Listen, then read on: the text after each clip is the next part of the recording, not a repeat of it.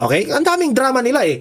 Wala akong problema sa minority. Yung kanila Bato, nila Senate Chis Escudero, Jingoy Estrada, walang halong drama yon. Kasi kung ano yung mga desisyon doon, talagang desisyon talaga. Okay? So ito po yung nangyari kay Soto. Muli namang Narito ang Balitang Pinoy TV.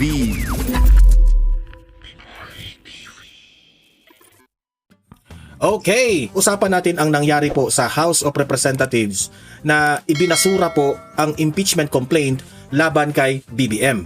At pag-uusapan rin natin ang nangyari po sa Senate of the Philippines, ang mga senador, no, na pinalitan di umano itong si Tito Soto. Siya yung Senate President. Pinalitan raw siya ni Ligarda. Ano ba ito? Kaplastikan? Totoo ba talaga na pinalitan siya? Ano ang meron ba silang nangyaring deal na hati sila sa term? Malalaman natin yan ngayon, mamaya pag-usapan natin yan. At higit sa lahat, dahil sa mga nangyayari, ay magtataka ka, bakit si Bongbong Marcos negative pa rin ang kanyang trust rating hanggang ngayon? Anong tawag mo doon? Nagresulta na. Okay? Sa mga nangyayari yan, pag-uusapan natin yan. At may sinabi rin itong si Sandro Marcos, ang corny ng kanyang statement nung tinanong siya na umiwas siya sa tanong tungkol sa impeachment. Okay? Mamaya ipapakita ko rin yan. At last but not the least na ating pag-uusapan ay itong legal counsel nitong si VP Sara, na itong si Attorney Michael Pua, ay in-interview po ito ni Pinky Web at sinagot ang mga issues patungkol kay VP Sara at alamin natin kung bakit wala na siya sa opisina ng Office of the Vice President. Okay? So yun po natin pag-uusapan kasi po may tanong natin, bakit pinalitan si Soto? Pagkatapos nagkomento itong si Itbulaga ay sa Supreme Court, di ba? Kung maalala natin, siguro nahiya na sila kay Soto. Bakit may umuugong na merong kudita, tapos ngayon raw pinalitan na siya ni walang clear na kadramahan. Parang bakit tinawag na kaagad si Ligarda na President, Senate President, ganyan. Okay? So malalaman natin 'yan. Pero guys, bago natin ito pag-uusapan, help me po na i-like muna at i-share itong video na ito para guys kakalat ito sa taong bayan. Okay, sabay-sabay nating i-like muna at i-share itong video natin, Facebook at YouTube. 1 2 3 go. Okay, like and share para maraming makalam. And also guys, paki-subscribe at paki-follow ito para lagi kayong updated sa mga balita na kagaya nito at ma-notify ang inyong mga cellphones kung meron tayong breaking news. Okay? So, kagaya nito, breaking news ito. So, sabay-sabay natin i-follow, i-subscribe, Facebook at YouTube. Ready? Follow, subscribe. 1 2 3 go. Ayan, thank you very much. So, ito, unahin natin ito. Balita. Gaano katotoo? Kasi nalilito po ang taong bayan kung totoo bang pinalitan itong si Soto. Ano bang drama ng Senado ngayon? No? Itong nagdadrama, hindi naman minority ang nagdadrama. Ang nagdadrama dito, yung majority. Okay? Ang daming drama nila eh. Wala akong problema sa minority. Yung kanila Bato, nila Senate Chis Escudero, Jingoy Estrada, walang halong drama yon. Kasi kung ano yung mga desisyon doon, talagang desisyon talaga. Okay? So ito po yung nangyari kay Soto. muli namang umugong ang posibilidad ng kudeta o pagpapalit sa liderato sa Senado, pero napigilan daw yan. At live mula sa Senado. Napigilan raw. May gusto nang magkudita, napalitan siya, pero napigilan raw. Bakit ganyan? May ganyan ba? It's a numbers game, di ba? Bakit mapipigilan yan? May umiiyak ba? Baka umiiyak si Soto na wag naman yung akong palitan. Ganun ba ang nangyari? Kausap natin si Mean Los Baños. Mean, pakikwento mo nga kung paano tinangkang palitan si Senate President Tito Soto. Jiggy, mismong si Senate President Tito Soto yung nagkumpirma na talagang may nagtangka. Napalitan siya o patalsikin siya sa pwesto ngayong araw na ito, pero napigilan daw yan ng majority bloc. Dahil ayon kay Soto, ang mga miyembro naman talaga ng mayorya sa huli ang magdedesisyon sino ba ang gusto nilang iupong leader ng Senado. Samantala, lumutang muli ang pangalan Julius sa Senator Loren Legarda na umunay papalit kay Senate President Tito Soto para maging Ako sa totoo lang, kung magiging Senate President itong si Legarda, no? Loren Legarda, Senador Loren Legarda. Sino si Senator Loren Legarda? Yan ang tanong. Mas magaling ba ito ni Soto? Of course, mas magaling pa.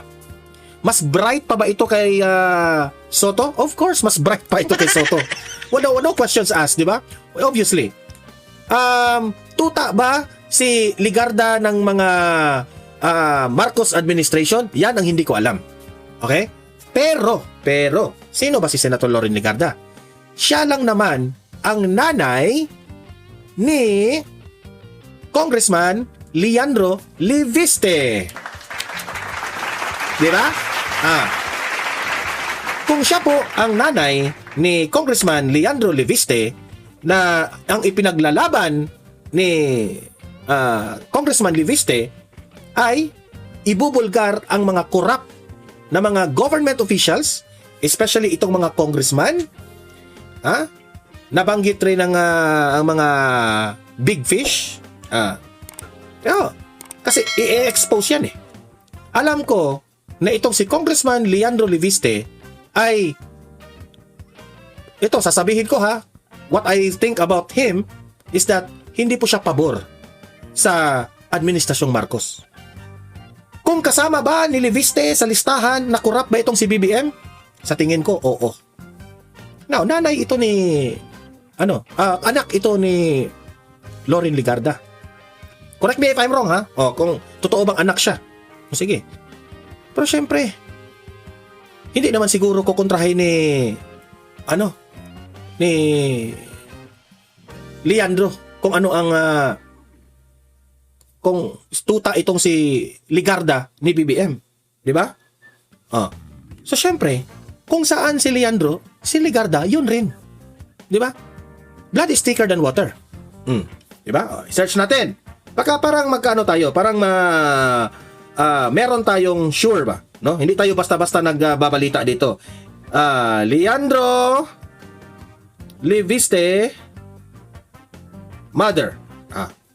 Ayon dito sa aking bolang kristal, Leandro Leviste's mother is Senator Loren Ligarda. Yeah? So alam na, di ba? Bakit si Senator Loren Ligarda po ang pinalit ni Soto? Sa tingin ko, ayaw na rin nila kay Soto. Kasi si Soto, halik sa puwet ni BBM. Itong si Loren Ligarda, tingnan nyo gaano katapang itong si Loren Ligarda noong panahon ng BICAM. Siya yung talagang galit na galit doon, si Loren Ligarda. At least, si Loren Ligarda hindi po plastic at nag-express po siya sa kanyang galit. Okay, pero ito, si Soto at si Ping Lacson, wala. Pag ganun-ganon lang yan kung sino ang malakas sa politiko, sa politika. Ganun-ganon lang yan. Kauna-unahan nga daw na babaeng Senate President. Pero hindi naman daw nag-aalala si Soto. Handa raw siyang gampanan anumang papel ang ibigay sa kanya ng kanyang mga kasamahan sa Senado. Narito ang bahagi ng pahayag ng Senate President Tito Soto. Wala, nakakatuwaan lang namin. Pero may attempt pa talaga sir na magpalit ng Katuwaan lang raw nila. Pero alam ko, nakikita ko sa kanyang mukha, sa kanyang body language sa kanyang mukha, wala, nasasaktan na siya. Sa totoo lang, nasasaktan siya. Well, better ask them. Better ask them. Wala akong alam.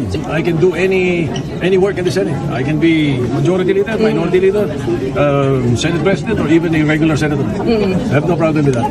So, sinabi niya dyan na, okay lang naman ako eh. Kahit ordinaryong senador lang ako, okay lang ako. Kaya kong magtrabaho kahit anong role ko sa Senado. Yan ang kanyang ibig niya sabihin. Parang, ipinakita niya sa mga media at sa taong bayan na hindi ako nasasaktan. Okay lang ako. Parang ganoon ba? Pero kung tutuusin, nasasaktan. Deserve mo kasi yan.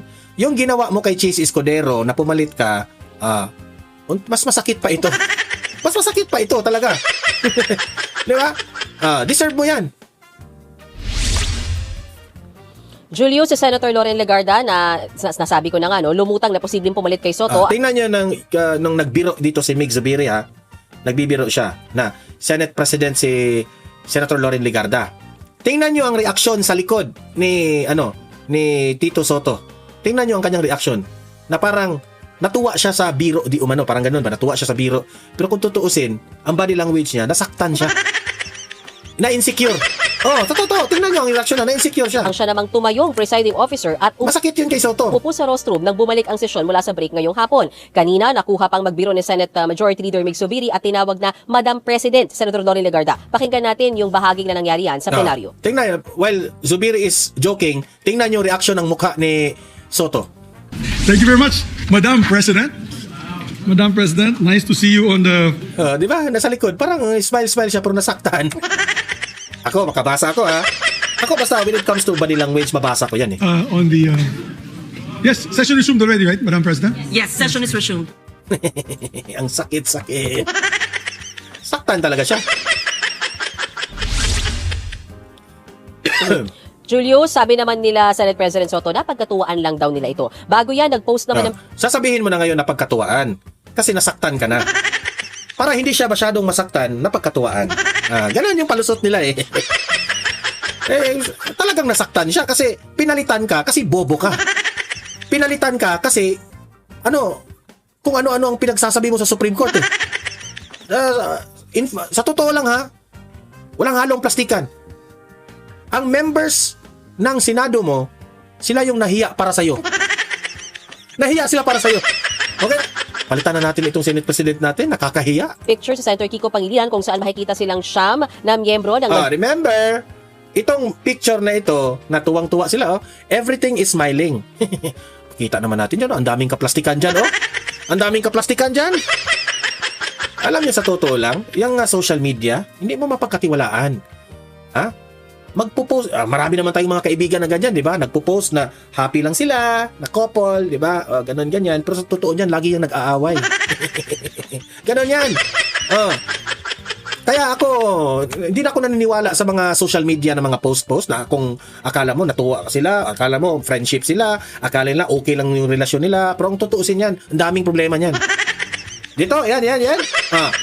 Pinakita nila dyan na, teamwork tayo, wala kaming kaplastikan, sabay kaming kumain, sabay kaming nagkakape, wala kaming walang kudita dito, smile lang kaming lahat, ganon, ganyan. Totoo? Talaga? Walang halong kaplastikan? Yeah. Ang dami na tayong nakikitang sitwasyon na ganito. majority block at magkatabi pa na Senate President Soto at Senator Legarda. Ang caption dyan ay power sharing. Julius, Power sharing raw. Power sharing. nakausap din natin Senator JV Ejercito at natanong kung ano ba ibig sabihin ng power sharing. Ibig bang sabihin yan ay term sharing? Ang sabi ni Senator JV ay medyo napag-usapan daw nila sa kanilang pulong kanina. Ang tanong, ano kaya yung pinag-usapan? Ano kaya yon? Yung posibilidad ng term sharing towards the end of 20th Congress but nothing is final yet as to ilang years ba yung paghahatian ni Soto at ni Legarda. Sa ngayon daw ang mahalaga, all is well that ends well. At nang tinanong nga sa Senate President, All is well kasi hindi pa. All is well kasi hindi pa nangyari ang dapat mangyari. President Soto, pwede bang wala ng ganitong mga fears ng kudeta o pagpapalit ng liderato by next week? Sabi ni Senate President Soto, hoping siya na by next week, stable na at wala ng ganitong mga ugong pa. Di ba? Hoping siya na wala ng mga ugong-ugong na kudita kasi nasasaktan na siya eh. hoping? Hindi po. Kung lalo kang magbobo dyan sa Senado, comment ka sa impeachment ni BP Sara, yan ang ikasasaktan mo. Good luck sa'yo. Kudeta. Julius. Maraming salamat, Mean Los Baños. Okay, so Mga kapatid, ito ulitin natin kasi ito yung mas klaro ha. Ito, wait muna. Ito yung mas klaro. Na in-ambush interview siya dito. Okay? Ni-replay lang natin ito. Ngayon, wag niyong pakinggan ang kanyang sinabi. Kasi lahat ng mga sinabi niya, alam na natin yan. Na halong plastic talaga yan. Tingnan niyo ang mukha niya. Yung body language niya kung ano ang mensahe sa kanyang mukha. Tingnan niyo ha. Kasi ako may nakikita ako ha. Tingnan niyo ang mensahe ng kanyang mukha. How are you feeling, sir? How are you feeling, sir? Okay, same. Okay, same. Pero kung okay ka, parang galit kang mukha mo. Okay, same. Di ba? Kung okay ka, talagang makikita yan sa mukha mo na okay ka. Pero ito, hindi ka okay. Nasaktan ka. Huwag na tayong magbulahan. Same. No worries. No. But tingnan niyo yung kanyang mukha. He is worried. There is something bothering him. Tingnan niyo ang mukha niya. You are not okay. Pero nagdi-disguise ka na okay ka. Okay ka, Fairy Co? Balik ka na lang sa Itbulaga. Kasi kung hindi mo matanggap ang pressure sa sakit na pinalitan ka ni Legarda. Di ba? Kasi bobo ka eh. No. Ako pa, Senator. No, parang maiyak siya. Totoo. Yung nakikita ko. Huwag nyo na lang pakinggan ang kanyang sinabi. Tingnan nyo lang ang mukha. You know, I can do any work in the Senate. I can be majority leader, minority leader. Bakit para kang naiyak? Actually, sa totoo lang ha, what you are telling us right now, what you are saying, what words come out to your mouth doesn't align with the facial expression you have. Hindi po congruent ang mga sinabi mo sa ekspresyon ng mukha mo. Nasaktan ka. Kasi ayaw ka na ng majority, di ba? Senate President or even a regular senator. I have no problem with that. No problem with that. Pero parang maiyak na siya. Ha? You have no problem? Ang tanong, ha? Pagdating nyo sa bahay nyo at matulog ka na, baka iiyak ka. Oh, sa tingin ko, maaga itong natulog kanina. Maaga itong natulog kasi nasaktan siya eh. Di ba? Yan ang nakikita ko, ha? Ano tayo eh. I don't always believe on what people say. I always believe on what people do and the expression and the body language. Okay? Ito pa isang pasaway, ipapakita ko sa inyo. Ito pa. Sir, at the time naman, Ito. Bakit ko ba nasabi na kadramahan itong ginawa ni... Ito na nga mga kabalita. Ano na ang masasabi nyo patungkol sa balitang ito? Please comment down below mga kabalita. Pag-usapan natin yan sa comment section. At kung di ka pa nakasubscribe sa ating channel, baka naman